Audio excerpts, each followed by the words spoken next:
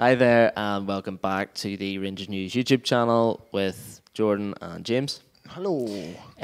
This time, on our last video of the week, we're going to look at sort of a general trend across the season, and things were obviously very rosy from a Rangers point of view heading into Christmas and New Year, and things have backfired massively since then, really, in terms of results across competitions other than in Europe. But obviously there was a lot of, in some senses, a lot of money on one player, but a lot of incomings in the summer. And we're going to ask if field recruitment, poor recruitment, has really let the side down here and hindered any sort of quest for silverware with a lack of quality. It has. It has. So we're looking at guys that came in. It was like a revolving door in the summer of trying to push people out, trying to push people out in January, but bringing people in. So obviously Hadji is the most recent signing, and Canberra. I think the one thing with Canberra, he was brought in for a time when Defoe was injured, to play a support role for Morelos. But one of the major issues with that, and is he did very, very well. St. Johnson looked a real quality guy off the bench.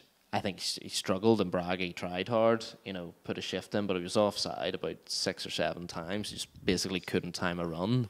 But the main problem with that signing for me is that he can't actually play in one of the competitions. One of the competitions you're trying to win. Not a big deal anymore now, I suppose. Yeah, but one of the competitions you're trying to win, he can't play, and therefore he couldn't play at Hearts. Didn't have anyone to lead the line. So you've signed a striker, but you might well not have. In that instance, Hadji's obviously done very well, but we're talking back to the summer in the rampant recruitment of wingers, none of whom have really delivered. So obviously a lot of money on Kent, who stepped up, faced the critics, stepped up in Braga. But we've got Barker, Ojo, Hasty, Jones. I've done as much as the 4 of them, really. I've done about as much as the 4 of them. Yeah. And I mean, I don't want to blow my own trumpet here, but we can go back to the summer, and I said at the time they were Barker. What was the point of signing Brandon Barker? That was the weirdest one, wasn't it? Barker, garbage. Ojo started well, been garbage since. Ryan Kent, and I know this was unpopular when I said it back in August, Ryan Kent was not worth £7 million when we signed him for Liverpool. He put up the same numbers as Glenn Middleton did last season. Why are we spending £7 million in that? He's. I know that we all got hyped up because he threw a bitch slap at Scott Brown and they done a couple of step overs, but what else has he brought? I've had more entertainment for Ryan Kent's brother's Instagram than I have for Ryan Kent in the last 8 months. Well, that's the issue is, and I think if you go back a few years and we're looking at getting Hydens off Celtic when the team's not good enough and all that, and a lot of people will want guys who are big game players and will step up, and that is what he has done in terms of games against Celtic. In terms of at Braga, they're ending, a run of a lack of contributions. But the main problem in his instance is you're signing a guy for $7 million. He's going to play every week, and he's not doing anything in the league. It's all well and good doing something in those 6 games a season. Yeah, it's the other 54 that's the things that matter. Because Rangers' problem hasn't been the old firms as such in terms of performance levels Hearts, or it's been Europe. St Mirren, it's been St Johnstone, it's been Ross County. It's been these teams who, and I could be totally wrong on this, but I don't think I am, it's the kind of teams that your players like your Ryan Kents go to and go, well, I'm worth £7 million. I don't need to try my arse here.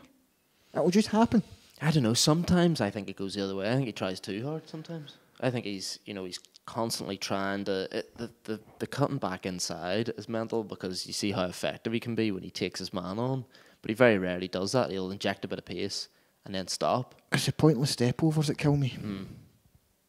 What do they lead to? What are you doing? And I also think a main issue there is that he knows his place in the team is there all the time and that goes back to the recruitment. So you sign wingers, but he does not fancy Jordan Jones. And when they signed him, we don't play with wingers. We play with inside 10s. We don't play with wingers, but we signed about 6 of them. We signed 17 of them over the summer. Yeah. So Jordan Jones is a player, when he came in, I thought, I'm not sure he's good enough. I'm not sure he'll make the contributions to start for Rangers, but he is a good impact sub, and that's what he's how he made his international breakthrough, how he's done stuff previously for Killie and that sort of stuff, but he's not used off the bench. Jordan Jones, I would asterisk. Jordan Jones set fire to his own Rangers career when he had his brain fart against Celtic and ruled himself out for several months. And in those circumstances, I can completely see why the manager does not have a shred of trust in him. But why is he on? Why does he name him on the bench and then not use him? What's the point in him being there? Lack of alternatives. But like the other people he doesn't have on the bench are for a while. Ojo wasn't on the bench, and neither was Barker. Two guys. Kind of proves my point, though. Yeah, but what is the point? Surely you're going to put a guy on the bench who you feel can do something. He could have put Barker or Ojo on the bench and just kept them there. But he was picking Jones as his winger option on the bench and then not using him. I get the feeling that had Ryan Kent signed for Rangers on July 31st rather than August 31st, Brandon Barker would not have been a Rangers player. But the problem is there. Why are the club and Ojo? I think this is his 5th loan stint away, and he's never racked up quality numbers over the course of the season. I think he played in Liga last year. Stade de Rennes, played as a substitute, wasn't a regular fixture throughout the season. Barker, a real lack of first team football. Played for Hibs, played for Preston, comes to Rangers.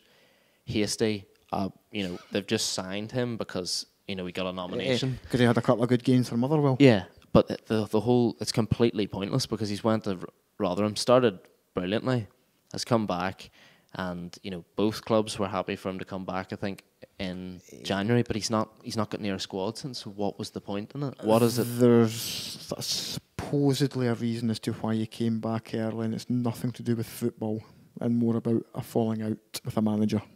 Well, allegedly, that would tally with the fact that he started every week for 3 months and then suddenly wasn't vanished. playing. Yeah, but when you look at those and other things, we've got recruitment of Joe Aribo, who everyone can tell is an excellent player in the making, I think, and his versatility when he stepped in at left back against Braga he was outstanding. He's got great feet. The problem is that I think in some cases he's a bit of a luxury player. He's not great in the air despite his size. He likes a bit of space to operate into, and maybe the atmosphere of a Braga game, a big European night, not necessarily always there during the week. So it's not his fault, but the other players around him maybe aren't doing enough.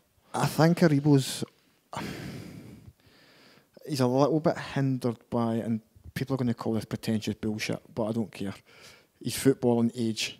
Now, Aribo didn't come up the traditional way. Didn't come through the professional academy system, and he wasn't groomed for a professional football career. Yeah. He was playing for Staines, was it? I think in the 15th tier of the English Pyramid or some nonsense, and playing like park football with Camaras and stuff, and playing Sunday League amateur football, and came up that way. So he's not necessarily got the same tactical grounding and kind of footballing education that somebody that's came through an academy at the same age would. Yeah. I used to go back to it with someone like Seb Ford, and Davy Weir was another example of it. I think Davy Weir didn't turn pro until he was like 23. So, despite being 5 or 6 years older than somebody that's 17, in terms of his actual footballing experience, he's still on a kind of a similar page as 16, 17-year-olds. Yeah. And I get that feeling with Aribo sometimes that for all his technical ability, he kind of lacks that kind of football brain sometimes. Yeah, it's something that it looks as though it's going to come with experience, and it probably should. But he's one of the few signings over the summer that I think can get anywhere close to pass marks. Yeah, and I think his stats now are starting to really sort of tally up. And another way that obviously we can look at the likes of Barker and your Hasty and all that who haven't played. But I think one situation that's maybe slightly overlooked is the whole we must tie Jermaine Defoe down to a new deal. We must do that. We must get Stephen Davis tied down. Defoe has been injured and out since then. But for Davis, it's very, very early giving him a contract extension and that sort of stuff. And then he's suddenly not playing well anymore. You lose that. Canberry comes into the team at St Johnstone and he is playing for a contract. He wants to be a Rangers player after that. And he's the guy who scores a goal and sets the other one up. While everyone else is sort of meandering through stuff. But really, there's little in the way of highlights. We look at Hadji, we look at Aribo, Edmondson, who was excellent. in Braga, Edmondson's but looked getting there, but looked very, very shaky at Hearts somehow. I think it would be unfair on Edmondson just given his overall lack of real football. He had a couple of games against Diddy's in the summer, and they are absolute non-entity clubs. Yeah, St Joseph's, aye, a Gibraltar pub. aye. You can't put any real kind of merit into performance against them. Since he's come into the side against actual football teams, he's been very, very hit and miss. Brilliant against Braga, woeful against Hearts. Yeah, and that's going to come as well with that lack of football experience. I mean, he's another one. Yeah, he's only played I think League One was the highest level he'd played at until this summer. So absolutely, It was League Two, I think. League Two. Yeah. So he's going to take that time to get up to speed. But some of the other guys who have played at this kind of level, there's just no excuses for it. Yeah. So really, we're looking at Mark Allen, who I think a lot of people when he left, had a positive view of maybe the people that come in, and that's because the team are playing well. And now Ross Wilson's in January, but he has a lot of work to do. Maybe clearing things out in the summer and bringing better quality in.